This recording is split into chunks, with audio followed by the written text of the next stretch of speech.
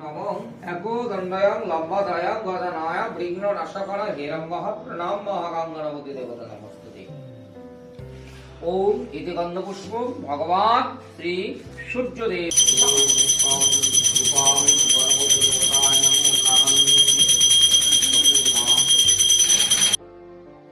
ঘরে গোটা সেদ্ধ যেটা করা ছিল আর ওই যে শিল জাগানো থাকে সেখানে পুজো করা হচ্ছিল। প্রথমে মন্দিরে পুজো হয়ে তারপর ঘরে পুজো। ইদং নমঃ ষষ্ঠী দেবী নমঃ ইদং সর্বং শীতলা ষষ্ঠী দেবী সং গন্ধপুষ্পং শীতলা ষষ্ঠী নমঃ। ওম জয় দেবী জগদানন্দকারিণী পোষিত মম। ওম ষষ্ঠী দেবী নমস্তুতে নমো নমঃ। নমঃ শীতলা ষষ্ঠী দেবী নমস্তুতে নমঃ। ইদং সর্বাদি গন্ধপুষ্পাদি নমঃ শীতলা ষষ্ঠী নমঃ। পুজো হয়ে গেলে আমি মেখে নিলাম খই দই। এ হলো অমৃত।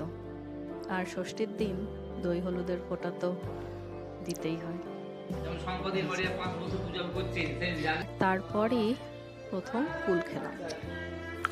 পুজোর দিনও খাওয়া হয়নি, অনেক খেয়েছি। তার 7 ছেলে আর 7 বউ, আরও ছেলেগুলো হয়নি, তাই বামুন বামনি মনের কষ্টে থাকে আর দিন রাত মা ষষ্ঠীর কাছে তাদের দুঃখ জানায়। এইভাবে দিন যায়।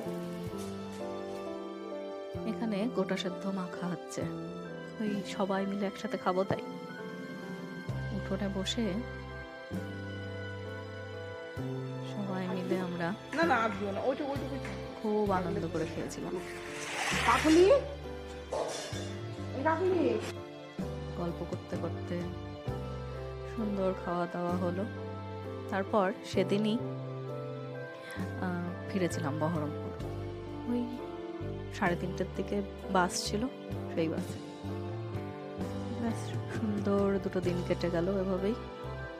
তোমাদের কেমন কাটলো সরস্বতী পুজো নিশ্চয়ই জানিও। আজকের ব্লগ এটুকুই।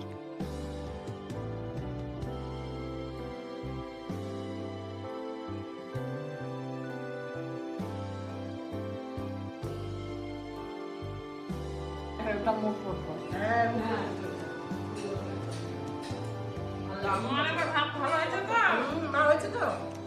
ভালো হয়েছে তো?